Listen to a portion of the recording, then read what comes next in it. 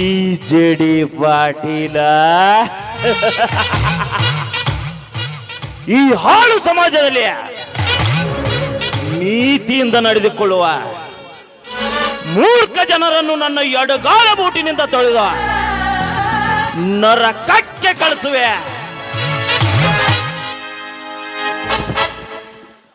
ಹಳ್ಳಿಯಿಂದ ಹಿಡಿದ ದಿಲ್ಲಿವರೆಗೆ ಗದ್ದುಗೆ ಹತ್ತಿರುವ ರಾಜಕಾರಣಿಗಳೆಲ್ಲ ನನ್ನ ಕಪಿ ಮುಷ್ಟಿಯಲ್ಲಿ ಶರಪಂಜರದ ಗಿಳಿಯಂತೆ ಸಾಕಿಕೊಂಡು ಸಿಂಹದಂತೆ ಗರ್ಜಿಸುತ್ತಾ ಮಿಂಚು ಗುಡುಗು ಸಿಡ್ಲಿಯಂತೆ ಆರ್ಭಟಿಸುತ್ತಾ ನನ್ನದೇ ಸರ್ವಾಧಿಕಾರ ನಡೆಸುವ ನಾನೊಬ್ಬ ಈ ರಾಜ್ಯದ ಕೃಷಿ ಮಂತ್ರಿ. ಈ ಮಂತ್ರಿ ಮಹಾದೇವನಿಗೆ ಪುಟ್ಟಗೋಸಿ ರೈತ ಕುಣಿಗಳಾದ ಶಿವ್ಯಾವೀರ್ಯ ನನ್ನ ಮರ್ಯಾದೆ ಎಂಬ ಮಹಲಿ ಕೆಡೋಲ್ಲ ಹೊಂಚು ಹಾಕಿ ನಿಂತಿದ್ದಾರೆ.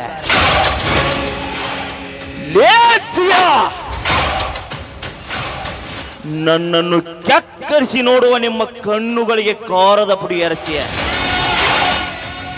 ನಿಮ್ಮ ಸೂರದಕ್ಕೆ ನಾನು ಸಾವಿನ ಮುನ್ನುಡಿ ಬರೆಯದಿದ್ದರೆ ನಾನು ಖತರ್ನಾಕ್ ಕಾದಿ ತೊಟ್ಟ ಜಿಡಿ ಪಾಟೀಲೇ ಅಲ್ಲ.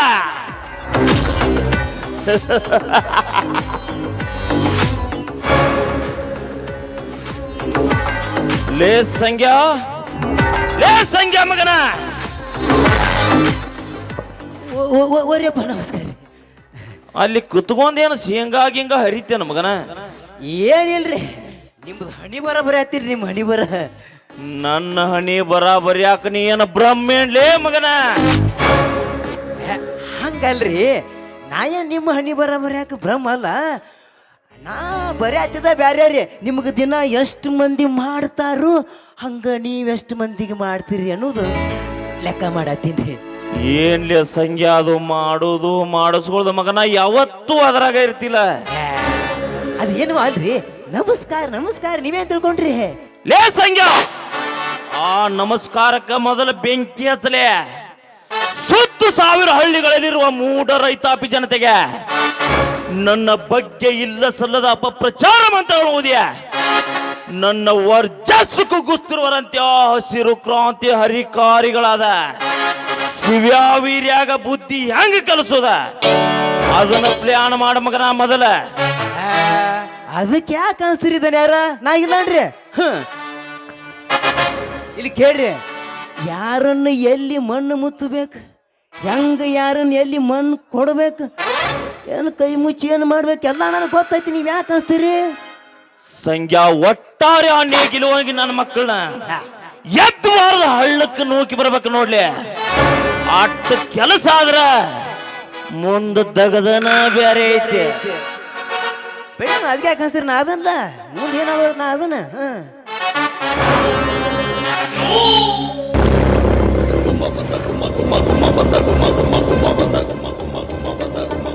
ಮಂತ್ರಿಗಳೇ, ನಿಮ್ಮ ವಿರುದ್ಧ ಕುಸ್ತಿಯ ಕಣದಲ್ಲಿ ಶಡ್ಡು ಬಡಿದು ಗೆದ್ದು ಬಂದ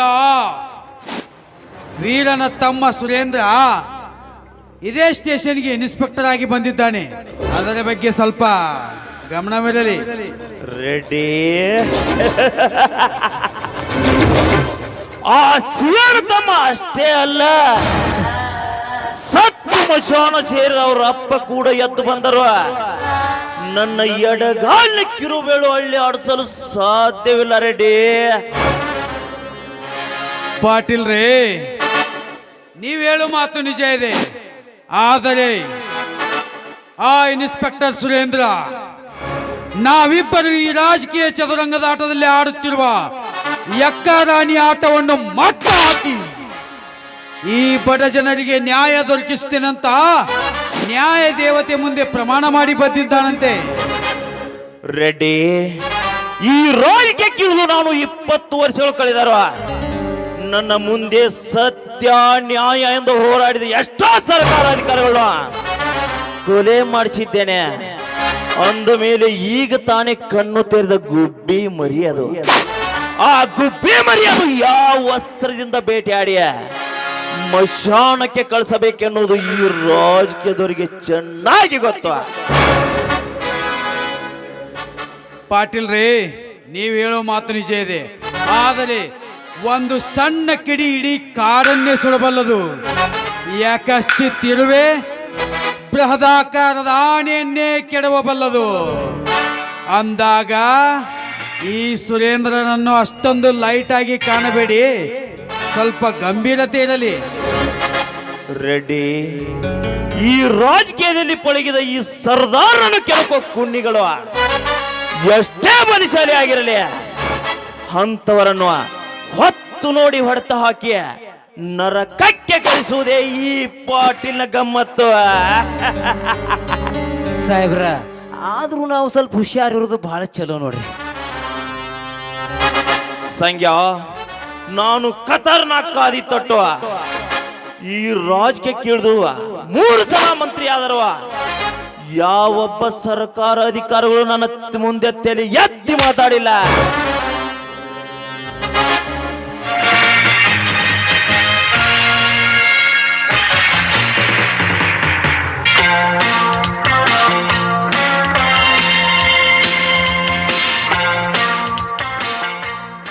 ಮಿಸ್ಟರ್ ಜೆ.ಡಿ. ಪಾಟೀಲ್, ಇಂದಿಗೆ ಮುಗಿಯಿತು ನಿನ್ನ ಅಂತ್ಯದ ಕಾಲ.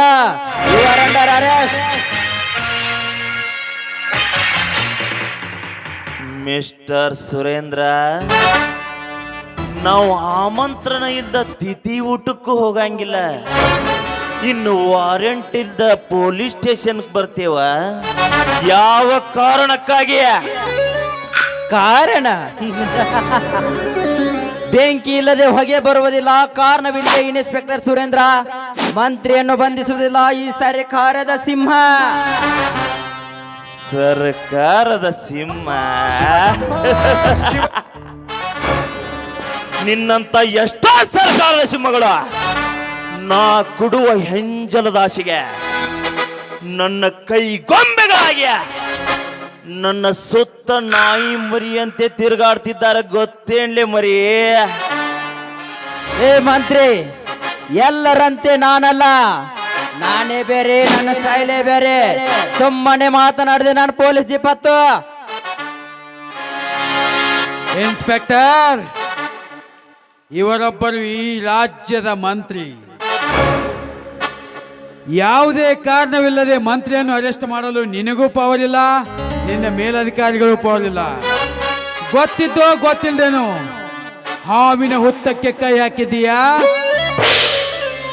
ಜೋಕೆ ಲೇ ರೆಡ್ಡಿ, ನಾಗರ ಸರ್ಪಗಳ ಹಲ್ಲು ಕಿತ್ತು ಹಾವಗಾರ ಆಟವಾಡಿಸುವ ರುದ್ರ ನಾನು. ತಪ್ಪು ಮಾಡಿದವರು ಎಷ್ಟೇ ಬಲಶಾಲಿಯಾಗಿದ್ದರು ಅವರ ಎದೆ ಮೇಲೆ 4 ಹದ್ದು ನನ್ನ ಪೊಲೀಸ್ ಜೀಪಿನಲ್ಲಿ ಹಾಕಿಕೊಂಡು ಹೋಗುವ ಜೂನಿಯರ್ ವೀರ ಮದಕರಿ ನಾನು.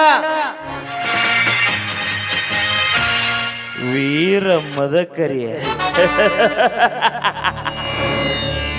ನೀನು ವೀರ ಮದಕರಿ ಆದರೇನು, IPS ಕೆಂಪಯ್ಯನಾದರೇನು? ಮೊದಲು ಈ ಮಂತ್ರಿಯರ ಮನೆಗೆ ಯಾವ ಕಾರಣಕ್ಕಾಗಿ ಬಂದೆ ಅಷ್ಟೇ ಬಗಳು.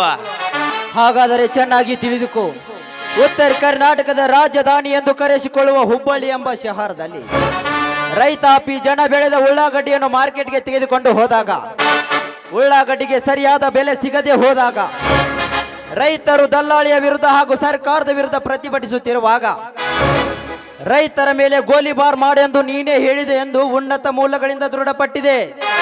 ಅದಕ್ಕಾಗಿ ನಿನ್ನನ್ನು ಅರೆಸ್ಟ್ ಮಾಡಲು ಬಂದಿದ್ದಾನೆ inspector Surendra. Cool down Surendra, cool down. ಅದೇನೋ ಅಂತಾರಲ್ಲ, ನರಿ ಓಡು ಬರದಾಗ ತನ್ನ ಪಾಲ ತಾನ ಕಾಲಿಗೆ ಸಿಗಿಸ್ಕೊಂಡು ಬಿದ್ದು ಹೋತಂತ. ಆ ತೆರನಾಗಿ ಮಾಡಬೇಡ. ನಿನಗೆ ಸರಿಯಾದ ಮಾಹಿತಿ ಇಲ್ಲದೆ ಮಂತ್ರಿಗಳ ವಿರುದ್ಧ ಕಂಪ್ಲೇಂಟ್ ಮಾಡಲು ನಿನ್ನಲ್ಲೇನಿದೆ ಮಾಹಿತಿ? ಸತ್ಯವೇ ನನ್ನ ಉಸಿರು, ನ್ಯಾಯವೇ ನನ್ನ ನರನಾಡಿ ಎಂದು ತಿಳಿದುಕೊಂಡಿರುವ ನಾನೊಬ್ಬ ದಕ್ಷ ಅಧಿಕಾರಿ. ತಪ್ಪು ಮಾಡಿದವರು ನನ್ನ ದೇಶದ PM ಆಗಿರಲಿ, ರಾಜ್ಯದ CM ಆಗಿರಲಿ, ಮಿನಿಸ್ಟರೇ ಆಗಿರಲಿ, ಅಥವಾ ನನ್ನ ರಕ್ತ ಸಂಬಂಧಿ ಆಗಿರಲಿ, ಅವರನ್ನು ಕಾನೂನಿನಿಂದ ತಪ್ಪಿಸಿಕೊಳ್ಳಲು ಬಿಡುವುದಿಲ್ಲ ಈ ಸರ್ಕಾರದ ಸಿಂಹ. ಸರ್ಕಾರದ ಸಿಂಹ?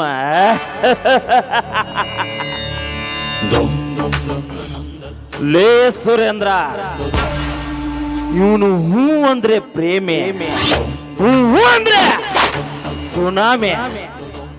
ಸುನಾಮಿ ಒಮ್ಮೆ ಅಬ್ಬೆರ್ಸಿ ಗೊಬ್ಬೆರದ್ರ ಎದುರೊಳಿ ಯಾವನೇ ಆಗಿರ್ಲಿ ಎಡಕ್ಕೆ ಮುರ್ಕೊಂಡು ಬೀಳಾಕಬೇಕು. ಅದು ಈ ಪಾಟೀಲ. ಲೇ ಮಂತ್ರಿ, ಈ ಸುರೇಂದ್ರ ಸುಮ್ಮನಿದ್ದರೆ ಮೂಕ ಬಸವಣ್ಣ, ಕೋಪಗೊಂಡರೆ ಉರಿಯುವ ಸೂರ್ಯ. ಕೊಟ್ಟ ಭಾಷೆ ಇಟ್ಟ ಹೆಜ್ಜೆ ಪ್ರಾಣ ಕೊಟ್ಟಾದ್ರೂ ಪಾಲಿಸುವುದು ಈ ನೇಗಿಲಿಗೆ ಮಗನ ಧರ್ಮ. ನೇಗಿಲ ಯೋಗಿ ಮಗ. ಏ ಸುರೇಂದ್ರ, ನಿನ್ನಂತ ಎಷ್ಟೋ ಸರ್ಕಾರ ಅಧಿಕಾರಿಗಳನ್ನ ನನ್ನ ಸೇವಕರಂತೆ ಸಾಕಿಕೊಂಡಿದ್ದಾನೆ ಈ ಮಂತ್ರಿ. ನೀವೇನೇ ಮಾತನಾಡಿದರು ಅದಕ್ಕೆ ಬಗ್ಗುವುದು ಈ ಸುರೇಂದ್ರನಲ್ಲ.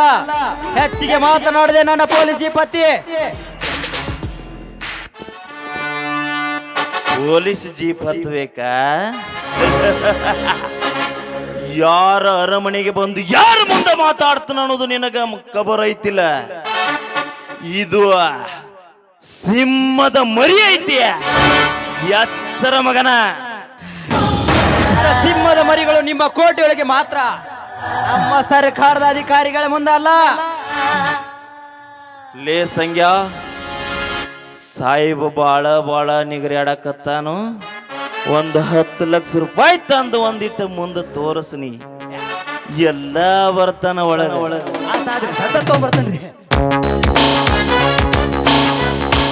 ನೋಡಿ ಗೌಡ, ಲಂಚ ಪಡೆದುಕೊಂಡು ನ್ಯಾಯ ದೇವತೆಗೆ ಮೋಸದ ಕಿರೀಟ ತೊಡಿಸುವುದು ನನಗೆ ಗೊತ್ತಿಲ್ಲ. ಇನ್ಸ್ಪೆಕ್ಟರ್, ನೀನ್ ಹೇಳೋ ಮಾತು ಹೇಗಿದೆ ಅಂದ್ರೆ, ಸೌಭಾಗ್ಯ ಲಕ್ಷ್ಮಿ ಬಂದು ನಿನ್ನ ಮನೆಗೆ ಕಾಲಿಂಗ್ ಬೆಲ್ ಒತ್ತಿದ್ರು, ನಾ ಬಿಜಿ ಆದ್ರು ಮುಂದಿನ ಮನೆಗೆ ಹೋಗಂದಂಗ ಆತ್ ನಿನ್ನ ಬಾಳೆ. ನೀನ್ ಈ ರೀತಿ ನ್ಯಾಯ ನೀತಿ ಧರ್ಮ ಪ್ರಾಮಾಣಿಕತೆ ಅಂತ ಕುಂತ್ರ ನಾಳೆ ನಿನ್ನ ಮಕ್ಕಳು ಕಾನ್ವೆಂಟ್ ಶಾಲೆ ಅಲ್ಲ ಕನ್ನಡ ಶಾಲೆಗೆ ಹೋಗ್ಬೇಕಾಗ್ತದ. ನಿನ್ನಂತೆ ಎಲ್ಲ ಅಧಿಕಾರಿಗಳು ಪ್ರಾಮಾಣಿಕತೆ ಅಂತ ಕುಂತಿದ್ರ ಇಷ್ಟು ಈಗಿರುವ ಸರ್ಕಾರದಲ್ಲಿ ಯಾವ ಅಧಿಕಾರಿನೂ ಮನೆ ಮೇಲೆ ಮನೆ ಬಂಗ್ಲೆ ಅವರ ಹೆಂಡರ ಕೊರಳಲ್ಲಿ ಚಿನ್ನದ ತಾಳೆಯನ್ನು ಹಾಕಿಕೊಂಡು ತಿರುಗಾಡಲು ಸಾಧ್ಯವಿರಲಿಲ್ಲ. ಸುಮ್ಮನೆ ನಮ್ಮ ಗೌಡರು ಹೇಳಿದಂತೆ ಅವರ ರೊಕ್ಕ ಇಸಿಕೊಂಡು ಅವರೊಂದಿಗೆ ಕೈ ಜೋಡಿಸಿ ಬಿಡು, ಮುಂದೆ ಬಂಗಾರದ ಮನೆ ಕಟ್ಟಿಸುತ್ತೇನೇನೋ. ಹೌದು, ಇವರು ಹೇಳುವ ಮಾತು ಸತ್ಯವಿದೆ. ನಾನೊಬ್ಬ ದಕ್ಷ ನಿಷ್ಠಾವಂತನಾಗಿ ಬಾಳಿದರೆ ಎಲ್ಲರಂತೆ ಹಣ ಗಳಿಸಲು ಸಾಧ್ಯವಿಲ್ಲ. ಗಾಳಿ ಬಿಟ್ಟಾಗ ತೂರಿಕೊಂಡವನೇ ಜಾಣ. ಅಂದಹಾಗೆ ನೀವು ತೋರಿಸಿಕೊಟ್ಟ ದಾರಿಯಲ್ಲೇ ಮುನ್ನಡೆಯುತ್ತೇನೆ ಗೌಡ್ರೆ. ಶೆಟ್ಟಿ, ತಂದಿಯನ ಮಗನ ಹಣ ತಮ್ಮನ್ರಿ ಕೊಡ ಮತ್ತ. ಸಾಹೇಬ್ರ ಹೇಳ್ರಿ. ಸಾಹೇಬ್ರ, ನಿಮಗೊಂದು ಮಾತು ನೋಡ್ರಿ, ನೀವು ಒಬ್ರು ಇಷ್ಟ ನಿಯತ್ ಅಂತ ಯಾಕೆ ಸಾಯ್ತೀರಿ? ಅಲ್ರಿ, ಈ ಜಗತ್ತಿನ್ಯಾಗ ಎಂತಿಂಥ ರಾಜಕಾರಣಿಗಳು ದೊಡ್ಡ ದೊಡ್ಡ ಅಧಿಕಾರಿಗಳು ಅಂತ ತಗೊಂಡ ಶಿಸ್ತಾಗ ಮಜಾ ಮಾಡೋ ಟೈಮ್ದಾಗ ನೀವು ಹಿಂಗೆ ಮಾಡಿದ್ರೆ ಹೆಂಗ್ರಿ? ಸುಮ್ಮನೆ ನಮ್ಮ ಗೌಡ್ರು ಮಾತು ಮಜಾ ಮಾಡ್ರಿ. ಸುರೇಂದ್ರ, ನೀನೊಬ್ಬ ನನ್ನೊಂದಿಗೆ ಕೈ ಜೋಡಿಸಿದರೆ ಈ ಉತ್ತರ ಸಾಮ್ರಾಜ್ಯದಲ್ಲಿ ನಾನೇ ಲಕ್ಷ್ಮೀ ಪುತ್ರನ. ನಾವು ಹೇಳಿದ ಕೆಲಸ ಮಾಡಿದೆ ಅಂದ್ರ ಇಷ್ಟ ಅಲ್ಲ, ಇನ್ನ ರಗಡ್ ಕೊಡ್ತೇವ. ಅಲ್ಲೇ ಕೇಸ್ ಮುಚ್ಚಿ ಹಾಕಬೇಕು, ನಮ್ಮ ಹತ್ರ ಯಾವುದು ಬರಬಾರ್ದು ಅಷ್ಟ. ಎಸ್ ಶ್ರೀಮಂತ್ರಿ, ಇನ್ನು ಮುಂದೆ ನಾನು ನಿಮ್ಮ ಪಾರ್ಟ್ನರ್. ನೀವು ಕಾಲಿಲೆ ತೋರಿಸಿದ್ದು ಕೈಯಿಂದ ಮಾಡಿ ತೋರಿಸುತ್ತೇನೆ. ಶೆಟ್ಟಿ, ಕುರಿ ಹಳಕ ಬಿತ್ರಿ. ಮತ್ತ ಇದ ಖುಷಿಯಾಗ ಒಟ್ಟು ಏನಾರ ತಂದೇನ? ತಂದಿಲ್ರಿ, ನೀವ ಫೋನ್ ಮಾಡಿಲ್ಲ. ಅದಲ್ಲ ಮಗನ, ಸ್ಕಾಚ್ ತಂದಿನ್ಲ. ಆ ಸ್ಕಾಚ ನಿನ್ನ ನಾನು ಖಾಲಿ ಮಾಡೀನಿ.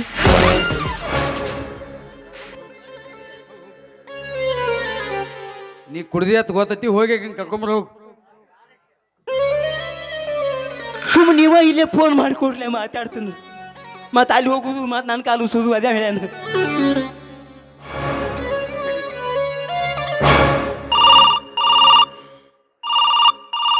ಅಲ್ವಾ ಶಕಿಲಾನ ನಾವ ಶೆಟ್ಟಿ ಮಾತಾಡುದು ಮತ್ತು ನಮ್ಮ ಇವತ್ತು ಮಂತ್ರಿ ಮನ್ಯಾಗ ಡಿಂಗ್ಚಿಕ್ ಐತತ್ತ ಎಲ್ಲಿದೆ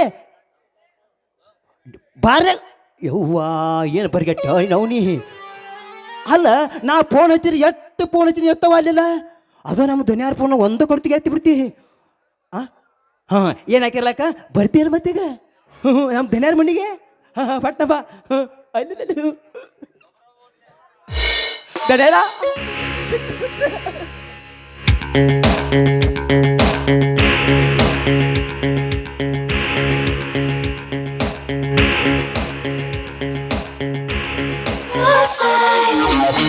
You're giving me